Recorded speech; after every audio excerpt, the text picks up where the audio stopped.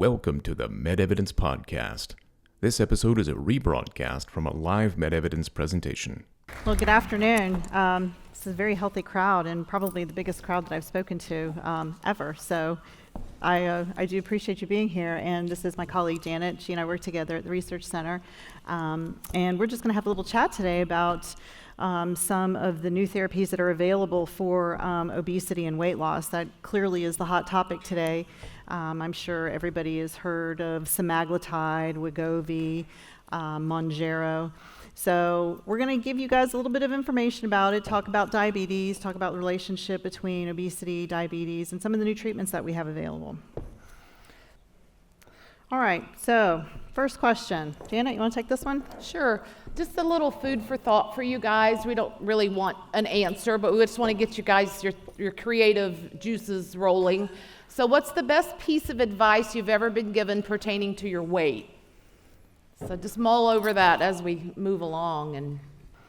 All right, so question number 2. Which of the following is considered one of the greatest health risk factors? And again, these are just rhetorical questions. This question is for you to be thinking about. We came up with a few of them. Obviously, smoking is one of the major ones that we know of, and the risk for lung cancer, relationship to heart disease, stroke, hypertension, heart disease go together. Then we have physical inactivity is another one. Basically, all of these are risk factors, and they kind of lump together, but they play a part in how our lives, how our health is affected.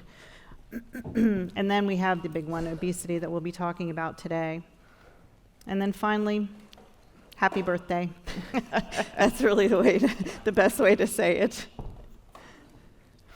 All right, so let's get started with this. What is obesity, right? We hear about it all the time. You know, unfortunately, there's a lot of negative stigma associated around it. There's, what we call fat shaming. But what does it really mean? How do we use that word? A lot of individuals, a lot of my personal patients, when I hate to use that word when I'm describing, a 48-year-old obese female, or I see those words that come across in the history. And when you talk to the patient about what obesity is, immediately their mind goes to the worst case scenario, okay? I'm, slovenly, there's just a lot of negative connotations that go with the word obesity. But what does it really mean? Well, obesity for us in healthcare is defined as having too much muscle mass, too much mass, body mass. That's what we're talking about, how much space you occupy. And in healthcare, we use the term BMI to determine where you fall in the scheme of normal weight versus obesity. And a BMI is a measurement of your body weight against your height. That's how we use it. So we're just trying to figure out what you look like, how much space you're occupying. We've determined that a body mass index, a BMI of 30 or higher, is the usual benchmark. That's what tells us, okay, that's what obesity is. A BMI of 40 or higher is considered severe obesity, and maybe some of you have heard the term morbid obesity. We don't use that word anymore. So when we talk about obesity classifications, how do we identify this? So there's 3 different classes. A BMI of 30 to less than 35 is class 1. Then we have class 2, which is a BMI of 35 to 40. And then class 3, which is your severe obesity, would be 40 or more. So see, these are some of the BMI ranges. What do they look like? So people with a BMI of 18 to 24 are considered normal, healthy weight. Now, I have to say, Jan and I were talking about this earlier, about how sometimes BMI doesn't really capture what we're trying to say in terms of, okay, how much space do you occupy? Because you could look at a bodybuilder. Take, for instance, Arnold Schwarzenegger in the prime of his career. He was massive, right? He would fall into the category of obese because he occupied so much space. So it's not necessarily, when we talk about body mass, it's not always fat, it's just your mass, how much space you occupy. And then you can see 25 to 29 is considered overweight, 30 and 40 like we talked about. All right, this is the graph that we use in our office to help us find out where you are. And I really think we developed this today because the other one was just entirely too busy. And I think that, Janet, this is a good one to help people understand, what does it mean? What does it look like? I was talking to my daughter about this last night, and she would ask me, she says, well, what does that really look like? Well, if you just take here, for instance, we have a individual who is 5'4", right? And if this, you guys can see, I don't want to make sure you guys can see. So we have a 5'4" individual. So if we go up this line here, this is your height in inches, and then this line here is your weight. So if you just follow this line right here, when we get to 80, well, below, I guess this would be about 85, or no, 100 something. So once we get to 100 pounds, then we're considered in the normal range, and somebody who's 5'4". Then by the time you cross this line here, which is probably about 145 pounds, so a woman who is 5'4" and 150 pounds now falls into the overweight category. And for some people, that can be pretty offensive. They're like, I'm overweight? How do I fall in that category? Well, guess what? I fall into that category, to be completely honest with you. And so, unfortunately, the way that they've calculated these ideal body weight numbers hasn't changed for decades. It started with the actuaries at New York Life Insurance Company, and when they were trying to insure individuals, and nothing has changed in terms of how we calculate ideal body weight. So I think this data is quite misleading, but it's all we have to go by. So anyway, so if you follow that same line, so here we are at 5'4", and we're going to go all the way up to here. By the time you get to 180, guess what? Now you're obese. A woman who's 5'4" and 180 pounds. And then you just keep going up the line. And you can see by the time you get to 40, remember, anything over 40 is considered severely obese. So that's an individual, 5'4", 260, 250 pounds. And I will tell you, the average woman in my practice is about between 5 and 5'2", and at least 200 pounds. At least 200 pounds. So let's just find this lady. So she's 5'2", and she's 200 pounds, and she falls into the obese category. When you get to 250, guess what? Now she's severely obese, he or she. And the same thing goes for men. Let's look at men. So here's a guy, average guy about 6 feet tall, right? So here he is normal at 180. By the time we get to 200, look, he's bordering on, right here, 220. He's between overweight and obese. At 220, 6 feet tall. That just doesn't make any sense, right? But that's where we are, and this is what the data is showing us. Anything to add? Oh, I was just going to share a little funny. I was helping some nursing students one time get their practice in with their vital signs, and we were at a festival or something, and there were firemen there and policemen and, the public, and of course these, little nursing students were there, and they were all in line to get their weight and their height checked. And I kept hearing this grumbling, so I go over to see what was going on. Well, they're all irate because they're in great physical shape, but these nurses are telling them, I'm sorry, you fall in the obese category. And they were coming unglued. Yeah, so we had to do a little soothing of the... Yeah. All right, let's see what we got. Next slide. All right, so now we understand, we get a little bit of an idea of what obese looks like. Not your Oompa Loompa. Everybody wants to go there in their mind, that's what they look like. That's not it. So here's some statistics. Now, the data is lagging, okay? And so this is the most recent data that I could find. In 2022, this is worldwide, by the way. This is not in the United States. We'll get to that slide in a second. But worldwide, 1 in 8 people were living with obesity. And some people might say, well, that's not that big of a deal considering, the number of people that we have on the planet. But then when you look at, so the slide over here, the 4th one down, they looked at the prevalence. The WHO did a study, and they looked at the prevalence of obesity and people being overweight. It did vary by region. And here's what's interesting. When you look at the prevalence of it, 31% of those individuals were found in the Southeast Asia region and the African region. But then when you get to the Americas, look what happens. It doubles. It doubles, okay? And this is striking, folks. Get ready. The U.S. ranked 12th. 12th. The 12th heaviest country amongst high-income earners in the world. We're number 12, which makes it, at least we're not number 1, right? Yeah. Okay. This slide is going to open your eyes here. We were chatting about this earlier, about the number of red in this slide. Yeah, the amount of red. Okay, again, this is 2022 data. This comes from the CDC.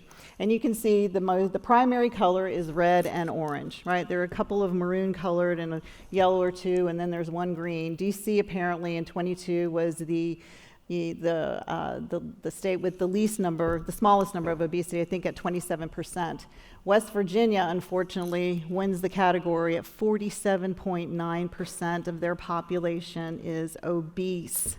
Obese, not just overweight, we're talking about obese. This map here, I mean, you can see most of it is in the Midwest. Florida, 30 to 35%, not too bad, but then when you start looking at all these red states, and I don't mean red politically, this is red by weight, 35 to 40% of the population is obese in those states. I mean, that just doesn't seem like it's possible. And in 22, there were 22 of these states. In 2019, I believe my data, what did it say here? In 2021, just the year prior, there were 19. But here's what's the most striking thing. 10 years ago, no state had an obesity level greater than 30%. And this is what we have become in 10 years. Why do you think that is? Fast food. Fast food, technology, very good, very good. We become sedentary, right? Nobody moves anymore. Our jobs have changed, more automation. More, absolutely, DoorDash, right? You know, I mean, that exploded during COVID. The cost of healthy food versus quick and fill you up food. Yeah. So, you know, we're as a country, we're not moving in the right direction.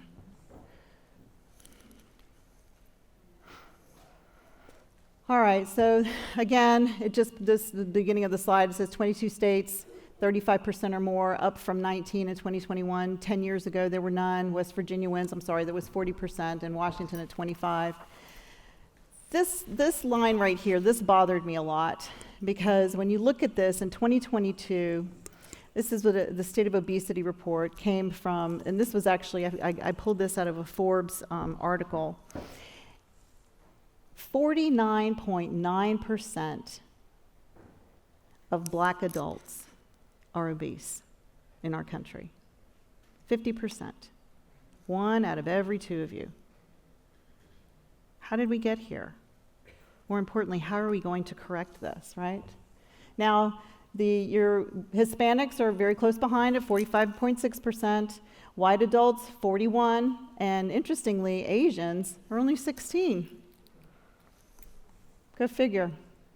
It also reported that adults who live in rural areas are more likely to have obesity than adults in urban areas. And, I'm not so sure about that data. I mean, it doesn't really make any sense how but when you look at the map in the Midwest, all of those folks in the Midwest have more obesity. Yeah. All right, so this is a health and nutrition examination survey that's put out by the CDC. So basically, they call you and they gather data from phone calls. They get this information, and HANES is something that we use as a metric in our clinical practices. Insurance companies use this information to identify demographics within the populations that they're insured.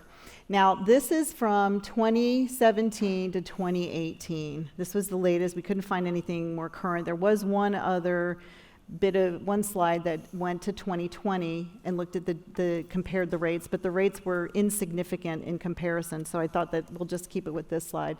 But here in the United States, where are we here? 1 in 3 adults, 30% are overweight, just the overweight category, okay?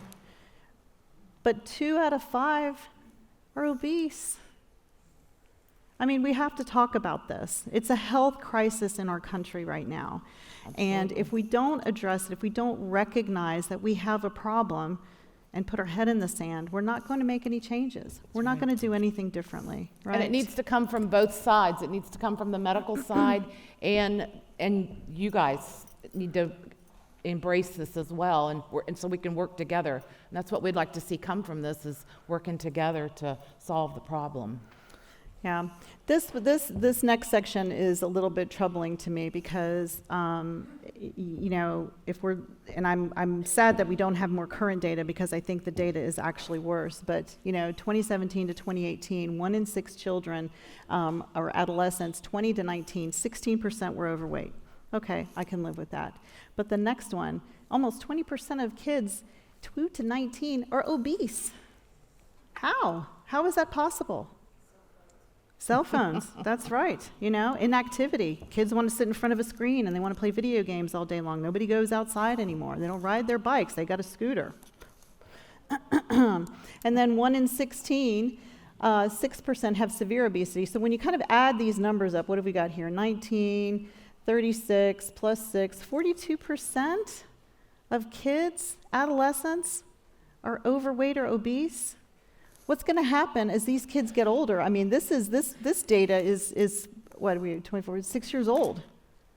This is our future.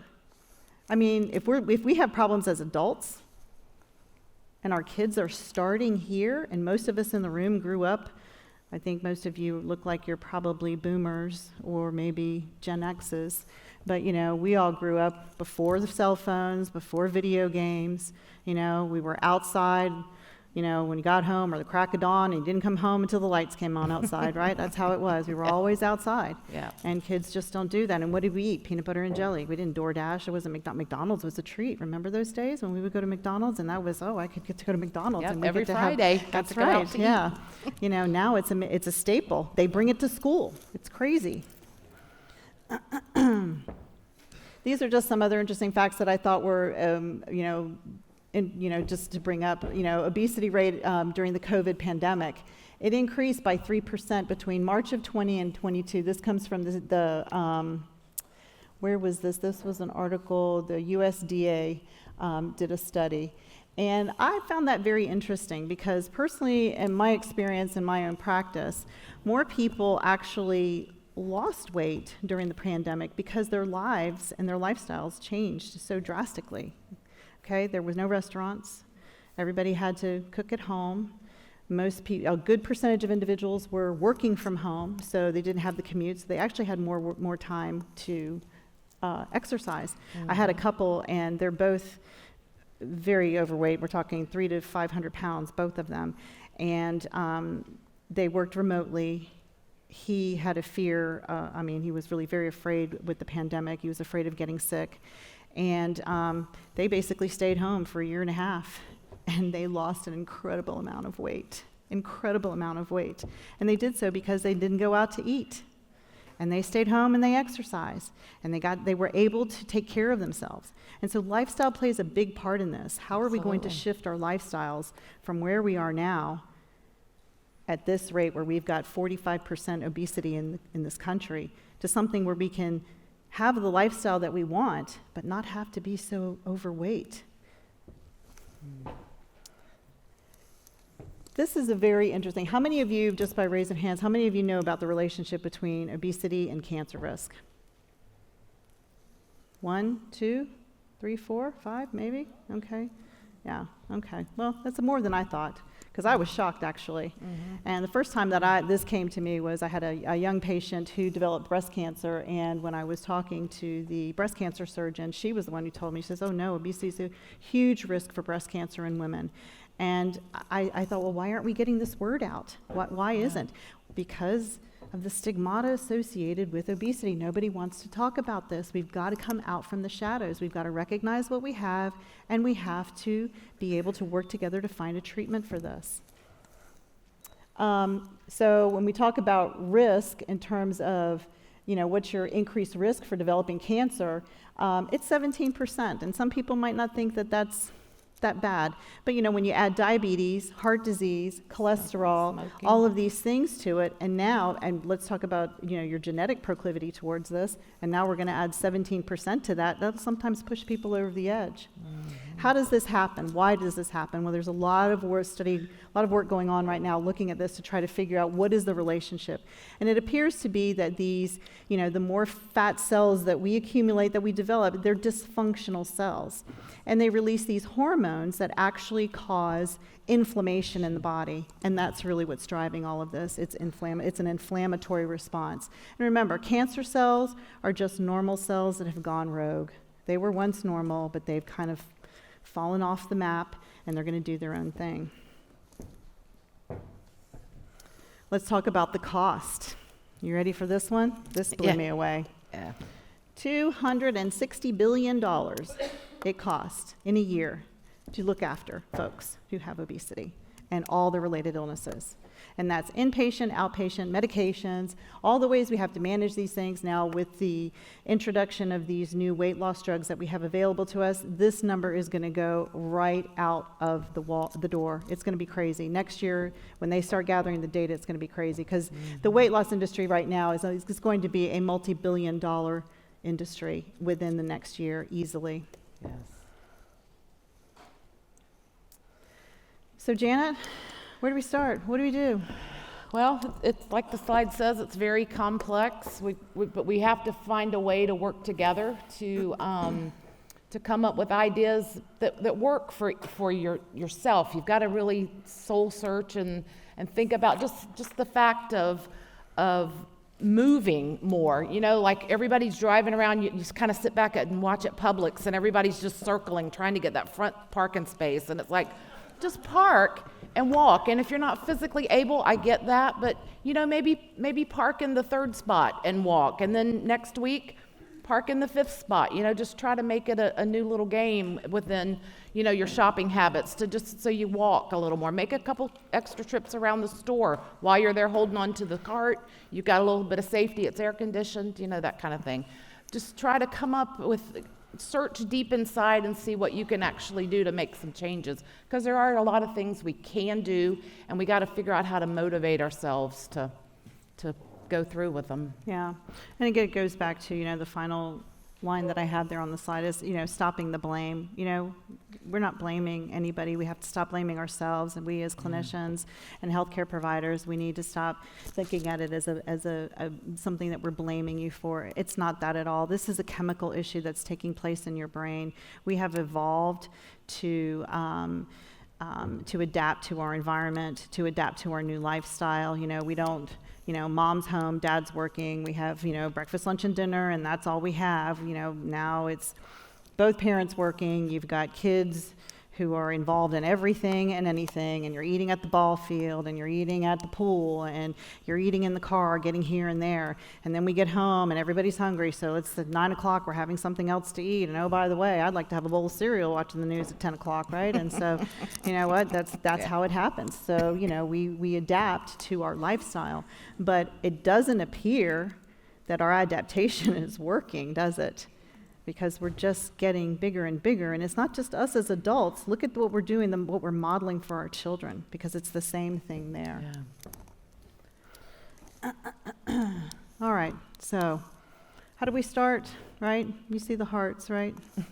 Oops, sorry, I went too far. I'll go to, you know, I'll interview patients on I call it my real job. Research is my fun job, but, you know, during the week when I'm working, doing house calls, and I'll, you know, get a person's weight and height, and it figures out the BMI for me, and they're like, you know, they don't want to get on the scale, you know, or don't say the numbers out. I said, it's girl code. I won't say it, I promise.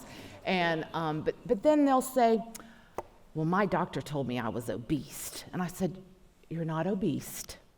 Your weight is high, and it's obese. It's not a terrible term like a beast, but you are. Let's talk about that for a minute. Let's see what we can do about that. You know, as we push the Coca-Cola away and the Little Debbies away, so we can make a spot to chat. But again, that's what's cheap and fills you up when you're, you know, hungry. So there's many facets to this, as you all know. So yeah.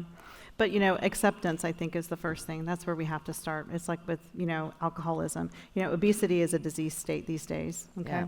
So we have to treat it like we do any other disease state. We identify it, sort out what the issues are that are contributing to it, make the changes necessary, and move on, right? We can do this. But the first thing we have to do is accept it, and we as clinicians embrace it, embrace you where you are, and as the individual, we have to identify and recognize the fact that, okay, I may have a problem. So first steps, right, Janet? Yeah, What are we going to do? baby steps. Right. Recognize that it is a complex disease, okay? It's not like it happened yesterday. I tell all of my patients this. They think, oh, I'm going to try and lose weight. Well, you didn't get here yesterday, and it's not going to be solved tomorrow. So there are a lot of factors, genetic, environmental, societal, there's socioeconomic ones, cultural ones. I mean, there are a lot of factors that go into how obesity occurs, so to speak. And then what do? We got to educate folks. We do. We just have to start. And it starts at home. That's where it starts. If we're not educating and modeling a behavior for our children, the next generation, then we're going to lose them too. And they're going to be worse off than us. I mean, we can already identify the things that we're living with. And these are kids who are now already starting off behind the 8 ball in the obese state. Then what are we going to do? What are we going to call it? Super duper obese? Is that the next category that we have to go to? I mean, in some cases, that's what we do in medicine. We'll just create another category for you. Well, how about we just stop where we are, make some changes, and pivot and move in a different direction? And with education, though, also, I'd like to put it out there for you guys to just go to your cabinet and start reading labels. Try to avoid some of these GMO products and these products that just were not designed for our bodies to handle. I think a lot of that is contributing to this problem. But you've got to educate yourself, and there's plenty of stuff on. Well, be careful going on YouTube, but go to some trusted sites, like I'm sure that CDC.gov has, how to read a food label, and just educate yourself. And then a lot of the offices, the group practices now have nutritionists in them, and you can make an appointment. Insurance generally will cover that if you have, if you fall into one of these categories. But I just arm yourself with all you can, to whether you're 20 or 80, you can make a change. Yeah. I mean, the old adage, knowledge is power, right? Yes, absolutely. So, all right, so let's look at exercise, because people are like, oh my gosh, so what do I have to do? What kind of exercises do I do, right? I'm allergic, actually. Yeah, exactly. Right. My response to my patients is anything that you will do, you have to start somewhere, okay? Yes. It's baby steps.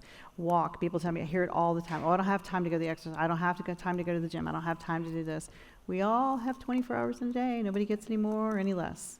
Question is, how are you using them? For working people, I say just walk on the weekends. Start with that.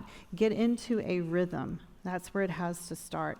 The Health and Human Services put out some guidelines for exercise, and I kind of looked at it and I thought, yeah, that's never going to happen. Right. They basically want 150 to 300 minutes a week. Okay, so what does that fall into? My math isn't very good right now. I think it's. I don't know. Right. There you go. Very good. Week, yeah, 30 minutes, 5 times a week. Right. Who's got 30 minutes? So what they developed? They've got this great, and I'm sure if any of you have Instagram or Facebook, there's this guy on there who's on a treadmill eating pizza and saying you don't have to exercise like this and you can eat whatever you want.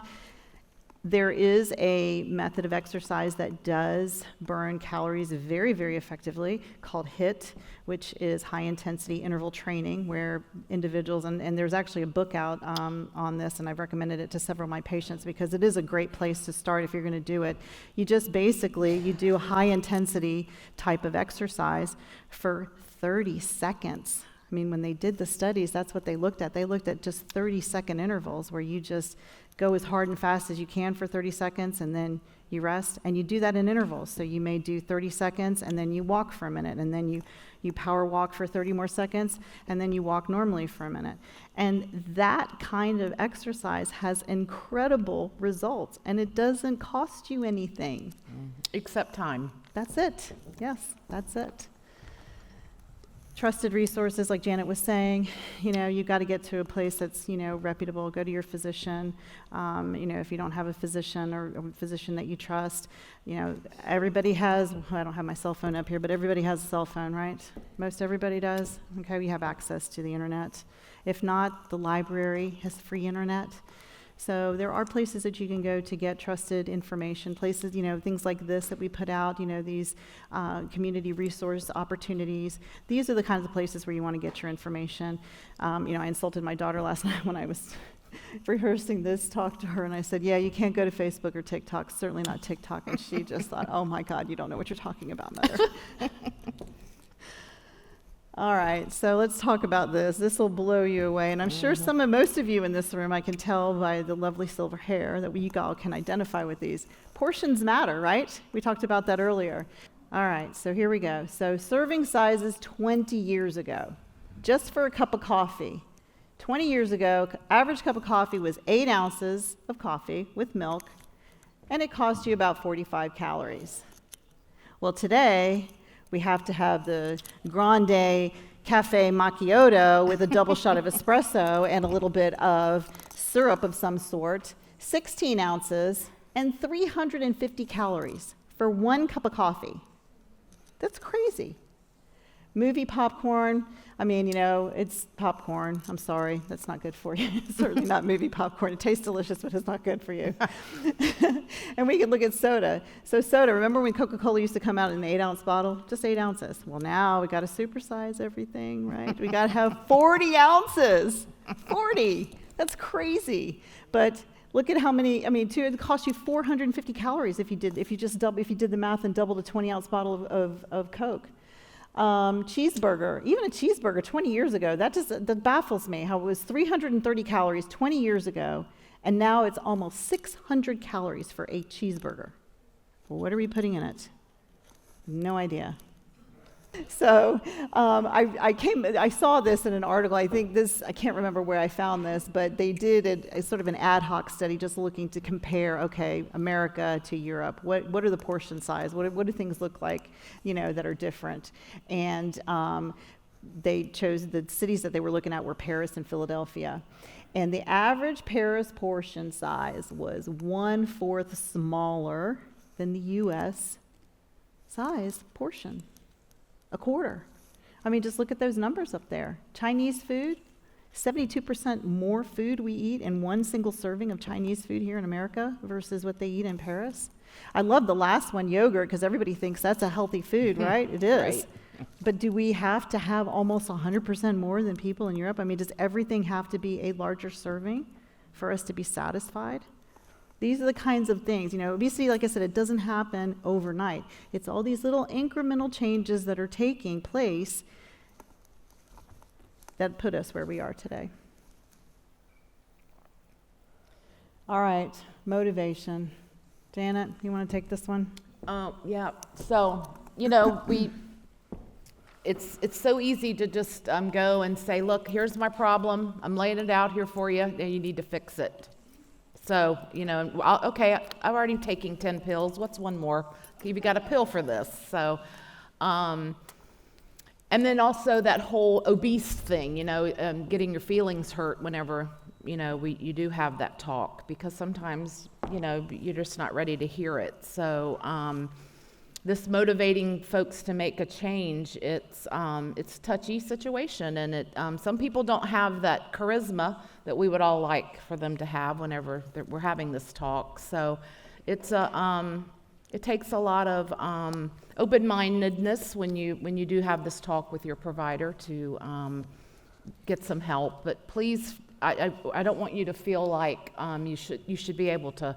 I want you to feel comfortable talking with your provider, because if you can't talk to them, who can you talk to?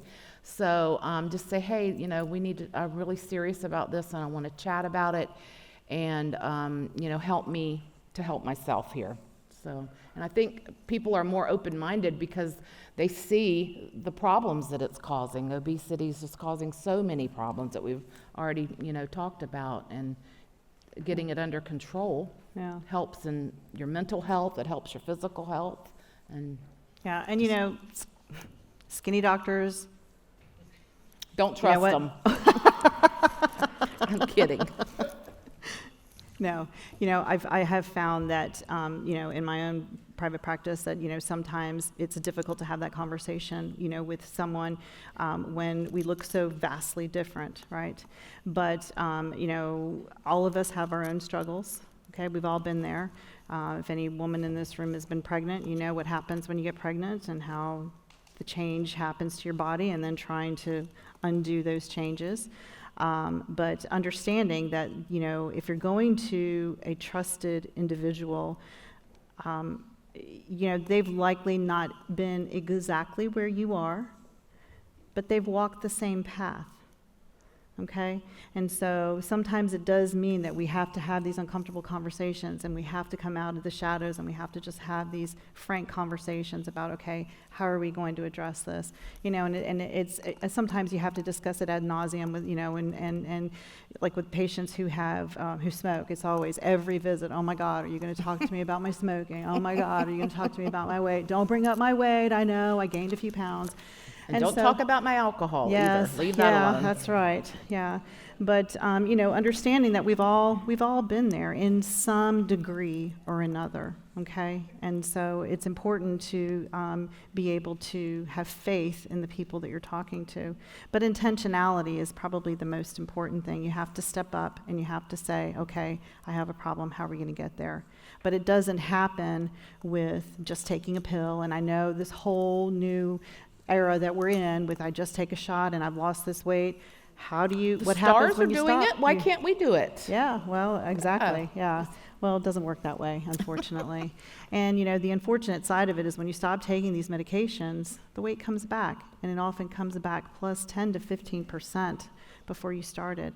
So, you know, we have to be intentional. We have to change our lifestyle. We have to couple these things, these weight loss strategies, with activity. Okay, the two have to go together. How do you make a peanut butter and jelly sandwich? I use this analogy all the time. How do you make a peanut butter and jelly sandwich? Peanut butter and jelly, right? You can't have one without the other. That's what a peanut butter and jelly sandwich is. Well, same with weight loss. It's diet and exercise. You have to have the two. So I'll share a little story with you. So I had this patient, I saw her last week, and I've known her for at least 10 or 15 years, and she, at some point in her life, had a major life event and gained a good bit of weight, and she confided in me that she's always struggled with her weight. In fact, she told me that every time she came to see me, she was nervous about getting on that scale, and I've got to talk to Dr. Bartilucci, so she would kill herself trying to get a few pounds off before she saw me, just to be, you know, not as heavy as she was the previous time.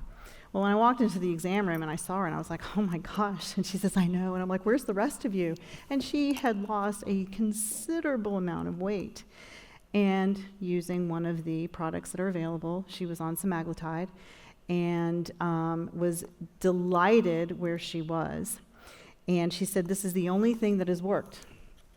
She'd had a trainer. I mean, she's lost the same 10, 15 pounds I've known her for at least the last 5 years.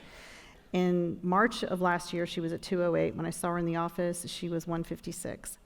And I said, what's different? And she said, I don't eat as much. Even though prior, when she was doing it on her own before the medicine, she was going to the gym 5 days a week. She had a nutritionist that was helping her with her macro and her micro nutrients, and but I think it was just so much stress, just trying to manage all of that. I mean, how do you go to the gym 5, 6 days a week? It is a full-time job. You know, I've got to measure this. I mean, that's stressful on your brain. Anyway, bottom line was, she was asking me, she hadn't been able to go to the gym since she's been on this drug, because she doesn't eat enough. She doesn't eat enough calories to be able to go to the gym and exercise. And now her brain wants to get back into the gym, and she's asking me, how am I going to get back into the gym when I don't eat that much? Because I said, give me an average day. What does an average day food look like? She says, for breakfast I have an egg and maybe a piece of toast or bacon. And then at lunch I have a handful of nuts. And I said, a handful of nuts? I said, you're not a squirrel. Why are you just eating nuts? I don't understand this. And so she says, yeah, but I'm not really that hungry. And then she gets home, and, you know, by 5 o'clock, she says, I have to almost force myself to have something for dinner. And I can't go to the gym like this because I know that I'm not going to be able to be successful. So she and I are working on a plan to get her to reduce the dose of the medication that she's on so that she can consume more calories so that she can burn them at the gym. So it kind of sounds a little chaotic when you think about it, and you're like, okay, it's like, you know, it's like I need a pill to help me sleep, but then I need another pill to wake me up in the morning, and you know, it's like, you know, how did we get here? I mean, ultimately it boils down to lifestyle, but not just lifestyle. Again, like I said, obesity, this is a complex disease state that we're dealing with, but understand that it is a disease state that needs to be treated. All right, so here's some of the current therapies. This is what the FDA has approved for us here in the United States. The first one, Contrave, there are some problems with that. The bupropion, which is Wellbutrin, most people tolerate. The naltrexone, sometimes people will have trouble tolerating that portion. I haven't had many people be very successful with this.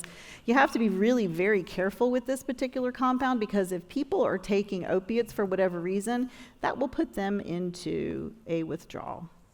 So you have to be very careful. It's for a very niche individual group. So liraglutide is one that I'm very familiar with because we've studied that for at least 10 years. It's also known as Victoza in the diabetes world. So the interesting thing about these weight loss drugs, so when liraglutide and semaglutide, the Wegovy, Ozempic family, when those drugs came to development, when we were studying the liraglutide, that was for diabetes. And what they found was when they dosed the patients at the lower dose, the diabetes was controlled. Increase it incrementally, people did very well. But then when they got to the higher doses, they found that the diabetes was no more better controlled than it was on the lower dose, but the weight loss was amazing. So then what they decided to do is said, okay, well, we can market the same drug at a higher dose for weight loss and use the lower dose for diabetes. And it's worked. And it is where we are today. That's where we are. The takeaway from that, her last statements, is we want you guys to realize that these drugs, even though they're kind of like the new thing on the block, there's a lot of history behind them, a lot of medical evidence supporting their safety. So we thought you'd like to realize that. Yeah, and then we have the weight loss surgeries that are, have been around, for forever. These are some of this is a little bit of a busy slide. It just talks about the different kinds of medications that we have, like on the previous slide, but it talks about the mechanism of action, how they work. Most of these injectable ones are working on, it mimics a gut hormone that actually crosses the brain. We have this term in medicine called the blood-brain barrier. Not all medications get to the brain, but some do. And semaglutide, liraglutide, tirzepatide, those drugs do cross the blood-brain barrier, and they affect the hunger center in your brain, the hypothalamus. And what they do is they tell you when you're hungry, basically. It's going back to the way we used to live. You eat when you're hungry and you stop when you're full, right? That's how we do things. But if you grew up in my house, you had to eat everything on the plate. Everything, because there were starving children in Africa who needed to eat, and you had to eat everything on your plate. So it kind of started, gradually. Again, it goes back to how we do things in the home, the kind of things that we're modeling for our families. But what it does yet, and there's a lot of buzz out there about gastroparesis, people's stomachs are paralyzed. They're not paralyzed. It does cause your stomach not to empty as effectively as it does normally. So basically you feel full. So it's kind of like when you get a bellyache and you ate breakfast and it's like by noon you're still kind of feeling breakfast in your belly, and then by dinner time it's like, man, I still taste those scrambled eggs in the back of my throat. It's pretty much the same thing, and that's how people feel. They feel full all day long. So this talks about, this slide just shows you all the different places that these new drugs are targeting. When we were in the early stages of diabetes treatment, all we had was insulin. And then we started looking at, okay, so we know that there's an insulin deficiency, but what else is there? What else could be going on? It's not just that the pancreas isn't producing enough insulin, there's more to it than that. Then we came out with these pills and we said, okay, well maybe it's not just insulin, if we could get the pancreas to function more efficiently instead of just replacing what they need, maybe we can overcome diabetes that way. And that's, that one's not on here. Then we looked at the liver, the muscle, metformin came out, and then we realized, wow, we used to have only 4 areas of the body where diabetes was really impacted in terms of where were the deficiencies, and now we have 8. So the brain, the stomach, the pancreas, the liver, the fat cells themselves, and so these particular drugs affect all of these now in the body. All right. So many nutrition plan options. Janet, what do we do here? How do we? Well, again, just like the E word, exercise, you've got to come up with something that works for you and your lifestyle food-wise. Some people are allergic to different foods. They can't tolerate other foods, but it's also got to be something you can live with. I mean, something you can carry on throughout the week. And so we're not here to say this diet's better than another diet or eating plan is better than one over the other, but it's worth it for you so that you get a buy-in to explore and decide what works for you and your makeup. And sometimes a nutritionist can help you, decide that and give you some insight on that. Yeah, and there's online nutritionists that are available now. I mean, one of the positive, consequences of the pandemic was the fact that we were able to learn how to do things remotely, right? So you can log in, you can see a psychiatrist remotely on the computer, you can see a nutritionist, but definitely identifying the thing that works best for you. So just yesterday I saw a patient, and again, a longtime patient of mine, lost the same 10 or 15 pounds forever. This last time he was like, whatever, it is what it is, I am who I am. And when I walked in this time again, I was like, wow, how did you do this? How did you manage to lose 26 pounds since I saw you last 6 months ago? And he says, I'm a carnivore.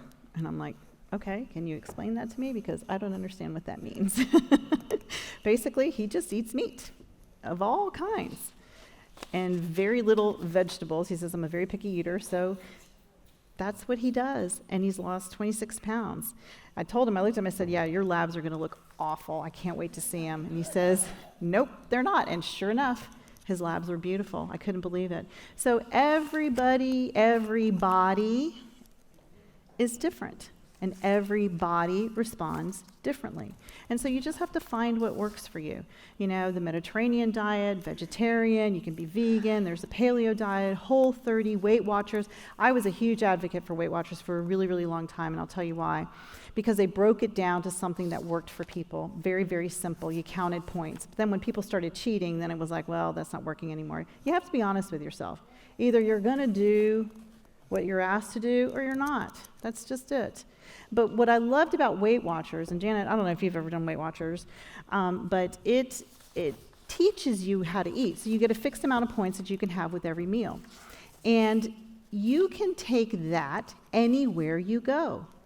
You can eat like that on vacation, you can eat like that at work, you can eat like that at the dinner, if you have a dinner party or a birthday or anything, because they're telling you, okay, you only get a fixed amount of points at this meal, at this meal, at this meal. But it helped. The point I'm trying to drive here is that you had to be intentional about it. You had to be intentional about counting your points, right? And, when I started hearing patients talking about, I just save all my points for one meal in a day, and I'm like, well, good luck with that. It's not going to work. I'm going to tell you that right now. It is just not going to work. So you just have to find something that works for you, that you can live with. That's not stressful, okay? It can't create more stress in your body, because when you have stress in your body, your stress hormone called cortisol elevates. And what does cortisol do? It layers us in fat. It's that hormone that's that fight or flight hormone. So what it does is it tells us, I don't know where food's going to be, but we can use fat as a source of energy, so let's layer in fat. And that's what your body does. So if there's stress that is associated with the diet that you're doing, it's the wrong diet. Mm-hmm. It's the wrong diet. Thank you for attending this afternoon. It has been a pleasure to share my thoughts and Janet. We do appreciate your attendance and hope that you find this very helpful and useful in the future. You can go to MedEvidence.com and you will be able to find this presentation within the next few weeks. We will have a follow-up podcast and we will be able to answer some of the questions that you all presented with us today. So thank you and have a great day. Thanks for joining the MedEvidence podcast. To learn more, head over to MedEvidence.com or subscribe to our podcast on your favorite podcast platform.